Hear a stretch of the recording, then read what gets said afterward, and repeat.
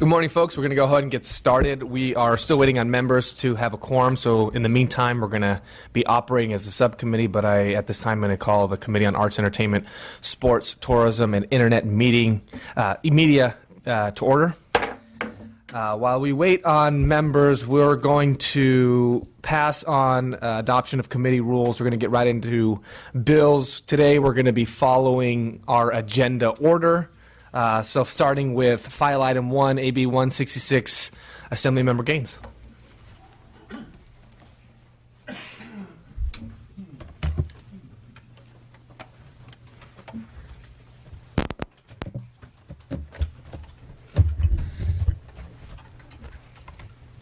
Thank you, Mr. Chair, and good morning, members. AB 166 addresses the governor's veto from last year by permitting rather than forcing the Department of General Services, with the consent of California Department of Corrections and Rehabilitation, to enter into a long-term lease with a non-specified nonprofit for a proposed museum site that is currently vacant land at Folsom State Prison. This site does not conflict with any CDCR operational or facility plans at either Old Folsom Prison or New Folsom Prison. The facility would be built and operated with private donations. Once a lease is approved, CDCR would have no obligation in its construction or in its operation. The 30,000 square foot site would be used to replace the aging existing museum with a contemporary facility designed specifically for historic displays and archival storage in a structure that meets all building and safety codes and can serve as a broader asset to our community than the current one-story house. The museum would be principally operated by volunteers, many of which would be former CDCR correctional officers. This bill received unanimous bipartisan support in the Administrative and Accountability Review Committee, and I respectfully request your aye vote on this bill. With me here today to testify are Joel Valencia, President of the Old Guard Foundation, and Bob Sleppy. They are here to answer any technical questions about the museum and about the foundation. Thank you. And before we get started, we do have a quorum, and I'd like to just establish that quorum before we take your testimony, Madam Secretary. Consultant. Calderon. Here. Obernolte. Here. Chu. Here. Hadley. Here. Levine. Here. Medina. Nazarian. We have quorum. Okay, we do have quorum, and maybe briefly we can get a motion in a second to adopt committee rules. So moved. Second. We have a motion, a second. Secretary, please call the roll. Calderon. Aye. Obernolte. Aye. Chu. Aye. Hadley. Aye. Levine. Aye. Medina. Nazarian. That motion passes. All right. Committee rules are adopted. Thank you so much. You may continue. Joel. Joel Valencia, Old Guard Foundation. I am a retired correctional lieutenant with the Department of Corrections. Can you move the microphone a little closer to you? Thanks. And I volunteer in pretty much in the day-to-day operation of the current museum. And we have currently 900 square feet, and we have probably 3 storage units of exhibits that we'd like to display. But we also want to make this a national museum more so than a just local Folsom Prison museum. Currently, our museum gets visitors from all 50 states and last count 44 countries. So it's a really popular destination in the city of Folsom. Thank you so much. Any other witnesses that wish to speak? We're going to call to see if there's any members in the audience today that would like to speak in support of the bill. Now I'd like to see if there are any members that would, witnesses in opposition to the bill. Anybody in attendance that would like to say anything in opposition to the bill? Okay, well, I'm going to go ahead and bring it back to the committee, see if any of our members have any questions. We have a motion, and we have a second, and the motion is due pass to appropriation, so I'll go ahead and let you close. I respectfully ask for an aye vote. All right, thank you. Madam Secretary, call the roll. Calderon. Aye. You need to. Calderon, aye. Obernolte. Aye. Obernolte, aye. Chu. Aye. Chu, I. Hadley. Aye. Hadley, I. Levine. Aye. Levine, I. Medina. Nazarian. Do pass to appropriations. 5 ayes. Bills out. Thank you, Mr. Chair. you and very members. much. Thank you. Next, moving forward in the agenda, file item 2, AB 189, Mr. Bloom. Mr. Bloom, we miss you. Former member of the committee. And I miss you, Mr. Chair, and this committee. So I'm very happy to be back and able to propose AB 189 to you. This bill authorizes the California Arts Council to establish an official state-designated cultural district program for California. The creative economy, as you all know, is a dynamic force in the California economy, generating over 7% of the state's economic activity and supporting about 1.4 million jobs. Studies have shown that creative entities and business tend to cluster into certain areas. These clusters are often well-loved parts of cities and can be found throughout the state, including, I think, each of your districts. AB 189 will allow the California Arts Council to designate these kinds of areas as official California cultural districts. Establishing state-designated cultural districts will help draw more tourism and commerce to the creative clusters, and it will enhance our creativity overall.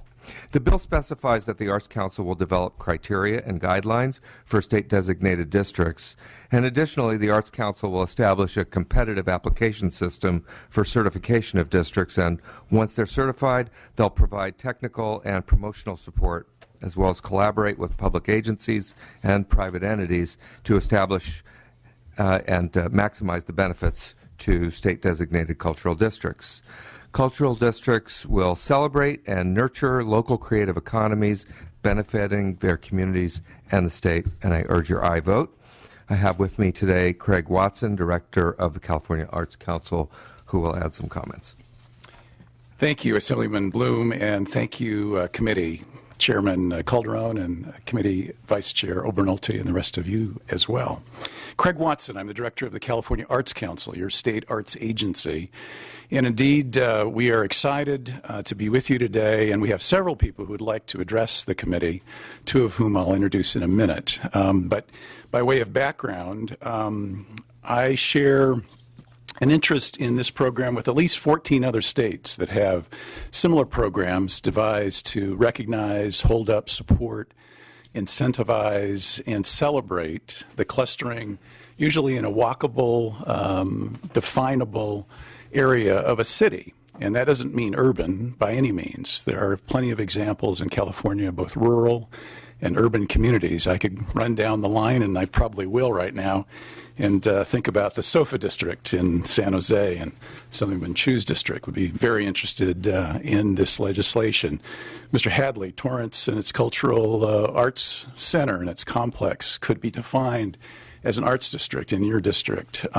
Jay, in your area, certainly Big Bear, small as it is, lends itself to its, whether it's around the 400-seat Performing Arts Center there in the center of Big Bear, could become a cultural district within your territory. And certainly Whittier and its Arts Walk and galleries and downtown antique stores, again, could be part of a program that recognizes and celebrates the creativity of our communities. And Assemblyman Levine, in so many of your districts, certainly Santa Rosa, San Rafael, Sausalito, I mean, that's just a number of possible candidates for a program which we'd love to see and run for the state here in California. But I think Assemblyman Bloom has said it well. We know that the creative economy is huge in California. In fact, next week on the 15th, the Joint Committee on the Arts will be hearing the second year of the Otis statewide creative economy research, and it will help define for all of us the size and importance of all of our creative industries. And while an arts and culture district is not strictly about the creative economy, it's certainly a big piece of why we want to encourage the clustering, the support, the celebration, the marketing and promotion of where creative clusters are. We know that our future as a competitive economy and as our state is that creative people tend to aggregate, and they tend to be attracted to areas where there are other creative minds and creative businesses. And so as an adjunct to this work, this idea of a state-sanctioned program, we know that this is part of our competitive future. And 14 other states, as I said, have found the same thing. I'd like to introduce some of our other testifiers today. And again, we have a few more behind us who would love to address you. But first of all, I'd like to introduce Rick Stein. Rick is head of Arts Orange County, but also chairs Californians for the Arts, a statewide support and advocacy group for the state of California. And next to him is Danielle Brazel, who runs the Department of Cultural Affairs and is here to help present on behalf of Mayor Garcetti. So who would like to go first?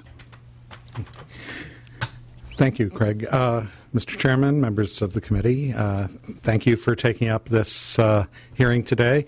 Mr. Bloom, thank you so much for bringing this forward.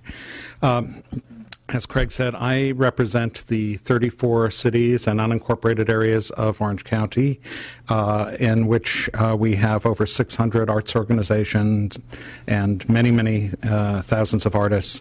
We also have a robust creative economy, ranging from surfwear industry on up to the innovative work of one of our largest employers, the Boeing Company, which is a major supporter of the arts, as well as Disneyland, of course.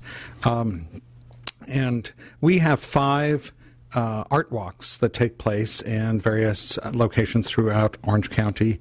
And I would say that in addition to those 5 areas, there's probably at least another 5 that would lay claim to having an arts and culture district if this legislation is to be passed and move forward. That they would take advantage of this opportunity to promote economic development opportunities in those communities and the overall arts ecology. So Arts Orange County enthusiastically supports the bill, and I would also like to say that on behalf of Californians for the Arts and the California Arts Advocates, which have 14,000 members statewide, and including artists and arts leaders from every corner of the state, and who will be having a convening here next week around this time. 250 people will be joining us to attend the Joint Committee hearing at that time, that we also enthusiastically endorse this bill. Good morning. My name is Danielle Brazel, and I am the most recent appointee to the City of Los Angeles Department of Cultural Affairs. I was appointed by Mayor Garcetti in July last year, and it has been a very interesting 8 months moving as an outside advocate and policy person for arts and creativity into the inside of the City of Los Angeles. It is an incredible pleasure and opportunity, and I'm thrilled that the Office of the Mayor encouraged me to come and say a few words to you today. I also want to thank Assemblyman Bloom for putting forward this this bill. I think it could indeed provide a tremendous opportunity to empower communities to self-identify, claim cultural identity, create agency through the arts to mitigate against displacement because of gentrification. In Los Angeles, every single day we have an article in the paper that talks about the changing dynamics and the changing communities being displaced because of the very things that we're advocating for, creativity, greater economic activity because of the arts. But I don't think that we're really looking at the opportunities of using the arts as a strategy to create and empower communities to mitigate against the displacement. One of the first grants that that we wrote while I was at the Department of Cultural Affairs is a project called Promise Zone Arts. Many of you are aware of the federal designation of a Promise Zone within a particular community. Well, in Los Angeles, we have a huge swath of Los Angeles, which is East Hollywood, MacArthur Park, and Koreatown. These communities have high density, high poverty, low access to affordable housing. And what we're hoping to do through Promise Zone Arts is to map the cultural vitality of the region by the very practitioners that are doing the art. We have some of the most incredible artists from Mayan descent, from artists from Central America, from Korean, the largest number of Koreans anywhere outside of their original hometown. So what this does is it creates the opportunity for us to, one, unearth, highlight, celebrate rich cultural traditions that are happening right in our neighborhoods and our communities, and create the opportunity for those communities to actually have stronger agency, stronger voice, a stronger voice in the political process, a stronger voice in their neighborhoods and in claiming their neighborhoods. We hope that we are going to get funding for this. If we don't have funding, this is precisely the type of opportunity that will help us advance arts and culture throughout Los Angeles. I think that's all I want to say at the moment. If you have any questions, I'm happy to entertain them. Thank you. At this time, if there are any members in the audience that would like to speak in support of the bill, I believe they're going to come right up here. And if you are going to come up and speak in support, please state your name and affiliation for the record, and to please be direct with your comments.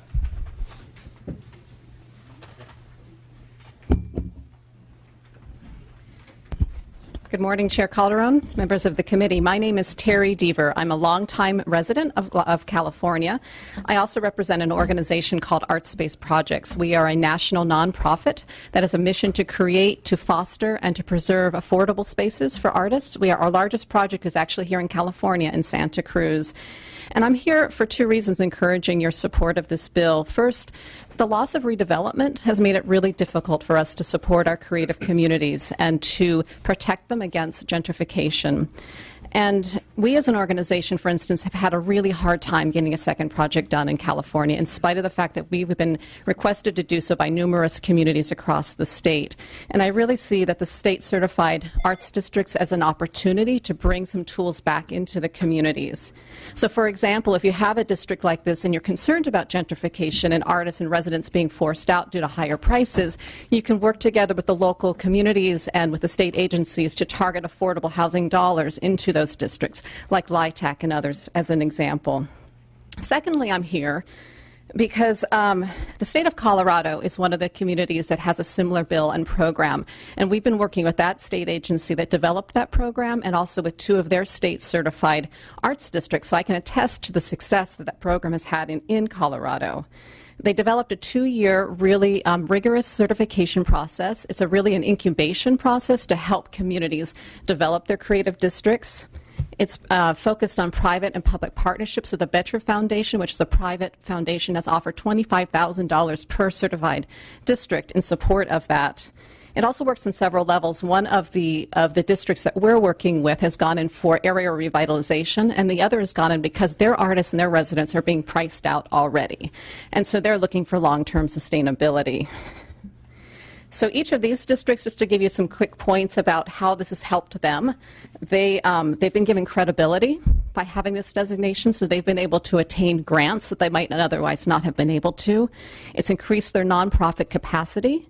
The community has been engaged. They have hundreds of volunteers that have come forth to help them with these districts. They have new businesses. One of the districts has 1,000 new jobs that they're anticipating this next year from new businesses and expansion of businesses within their district. They're also building creative business improvement districts within their districts as well. And then also they're working with their housing authorities, with private developers, and with ArtSpace to try to bring in long-term sustainable solutions to affordability. And finally, I just want to say that, again, this is not just about urban areas, and it's not just about places like Los Angeles and San Francisco. It is about the rural districts. And in Colorado, we're focusing on that as well. and to ensure those long-term term affordability. So there's lots of struggling small communities that could benefit. So thank you for your time for this. I have packets of information that have been provided with more details and information about our organization as well. Thank you. Thank you for your testimony. Any other members of the audience in support? Assemblymember Calderon, buenos dias. It's always good to see you. Assemblymember Nazarian, good to see you too. See friendly faces that support the arts. Assemblymember Bloom, thank you so much for your support for the arts. I'm Maria Costa. I'm the director of La Raza Galeria Posada. We're located here in Sacramento. I'm the vice chair of Californians for the Arts, and I'm a board member of California's Latino Arts Network. Assemblymember Bloom, this is really very, I think, important potential legislation. However, the Latino Arts Network is cautiously supportive of this legislation for several reasons. We have some suggestions to make that we hope we can speak with you or your assistants, your chief of staff in the future. Because this is strong legislation, we have some language that we believe would make it even stronger, and we don't think you would mind. But there are several items. One that has been mentioned already, gentrification is big on all of our minds. I lived in San Francisco when YBC, under the Redevelopment Agency, was created, and lived through watching elderly Filipino families kicked out of the International Hotel.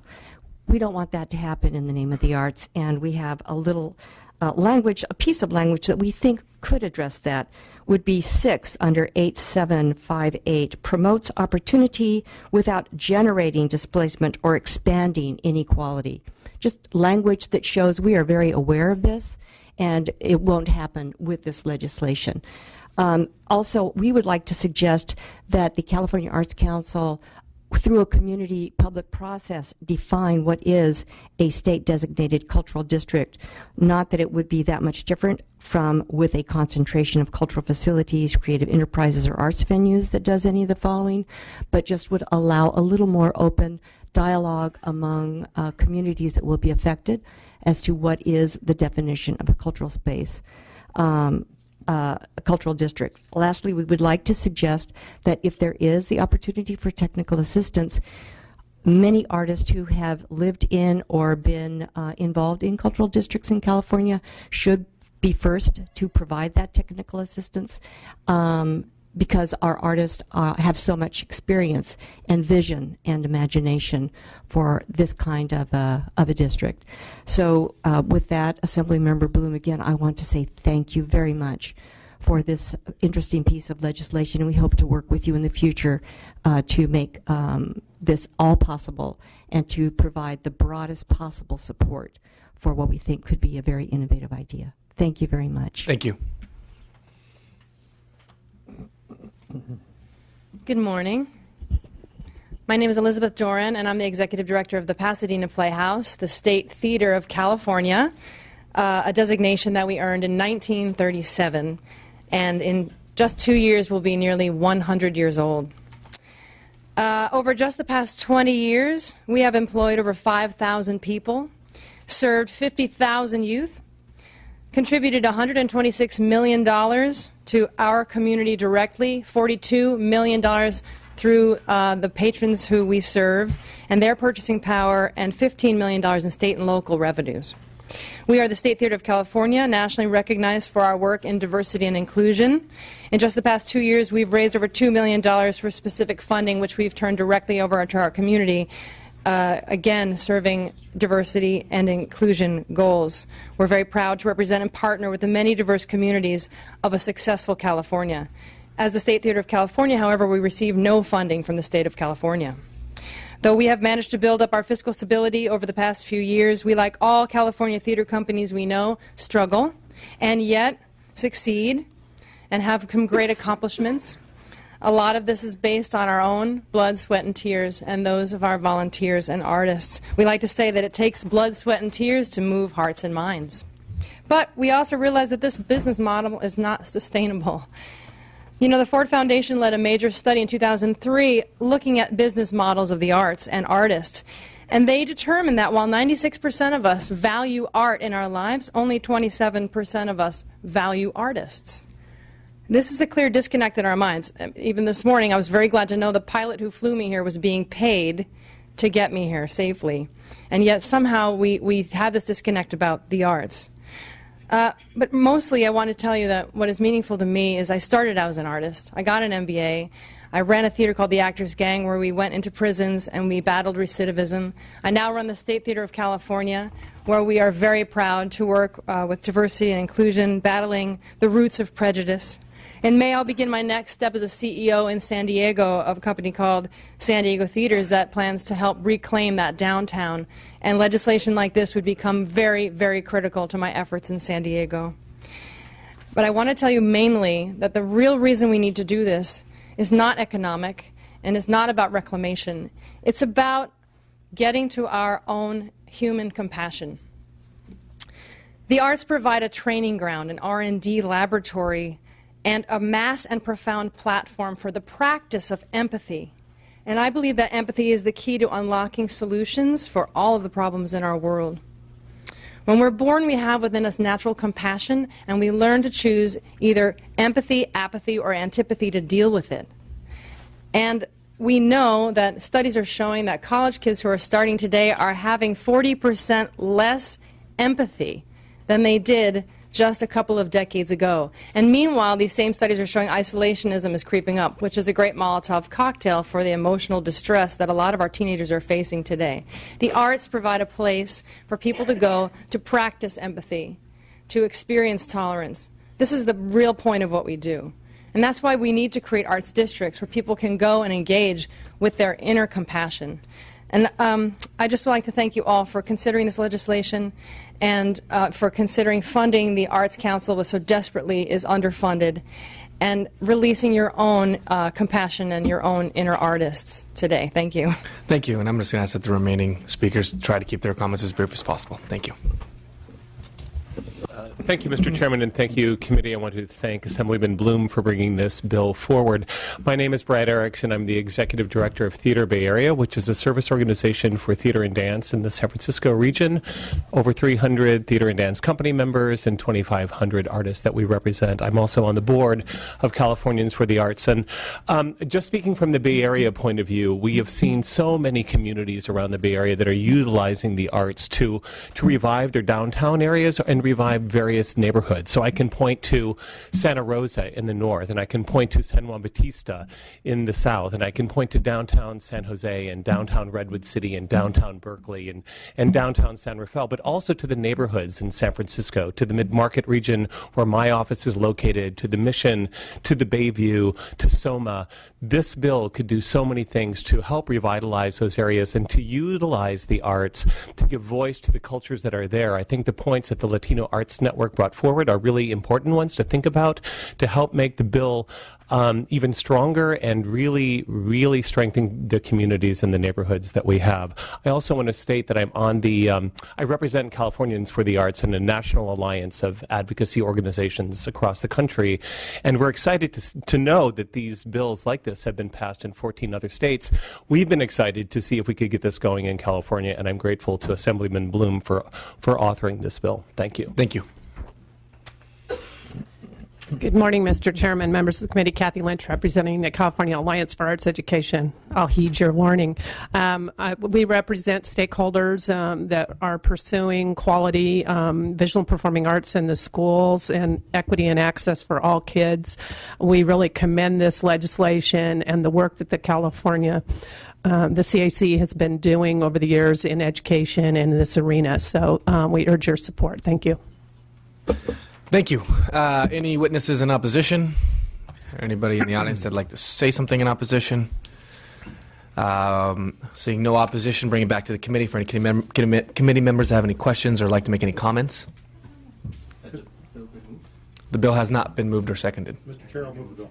We have a motion and a second. Thank you, Mr. Obalnoti and Mr. Nazarian. Mr. Bloom? Thank you, Mr. Calderon. As you can see, this bill has broad appeal. I do want to just comment briefly that some of the language suggestions that were made I think are good ones. I want to make it clear that the idea here is to strengthen, not displace communities, and also incorporating some thoughts about public process in the bill, I think, is a good one. And there were some other ideas that were shared that we'll work on as this bill moves forward.